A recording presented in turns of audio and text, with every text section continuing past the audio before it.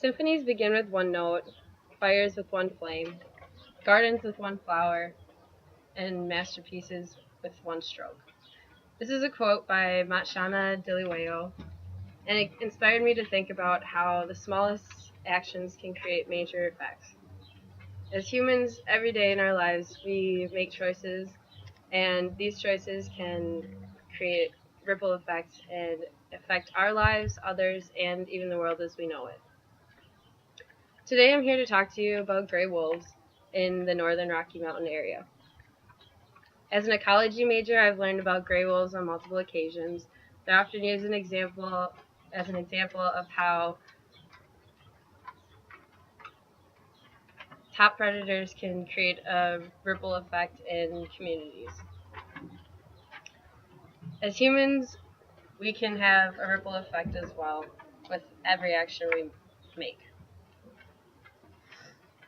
Today I'm going to talk to you about gray wolves' habitats, their diet, and how their populations have changed throughout the years.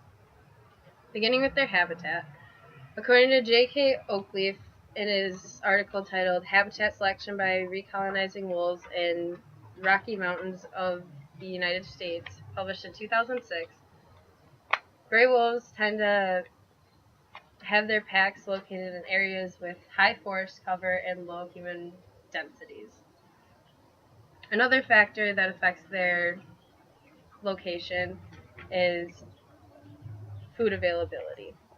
In populations with high elk densities in the Rocky Mountains, you often find more packs and also deer populations. Elk are one of the main food sources for gray wolves in this area. According to Thomas D. Gable in his article titled Weekly Summer Diet of Gray Wolves in Northeastern Minnesota, published in 2018, gray wolves are known as opportunistic predators, which means that they go after food that's most available to them. Gray wolves are generally predators that go after larger prey that are not usually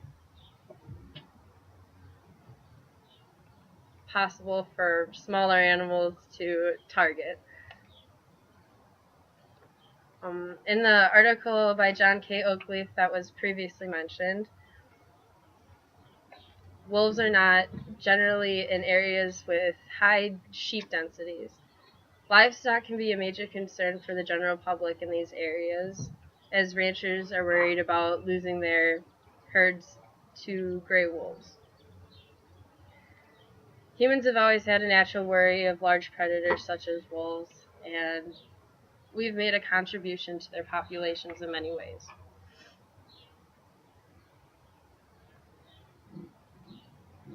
Gray wolves used to have populations all the way throughout the Arctic tundra down through Mexico, and in the early 1900s, these populations began to decline due to extermination programs created by humans and habitat loss.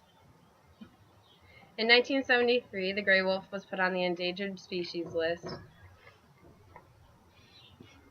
due to these low populations. Today, there has been a return of gray wolf populations in the Rocky Mountain area. In the early 1980s, there was a natural movement of gray wolves from Canada down into Montana. And as of May 2009, the gray wolf, the northern Rocky Mountain gray wolf, was removed from the endangered species list. This is due to reintroduction programs that were set in place by the National Park System. They were brought in from Canada into Yellowstone and Idaho.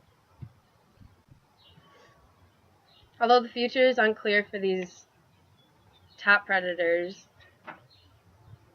the efforts continue today. Today I've talked to you about gray wolves and how their populations have changed, their habitats, and their diet. As humans, we've always had a connection with these animals and how they affect us and the way that we affect them. I hope you can take a second to think about how your actions may affect the natural world around you and how the natural world around you affects your everyday life.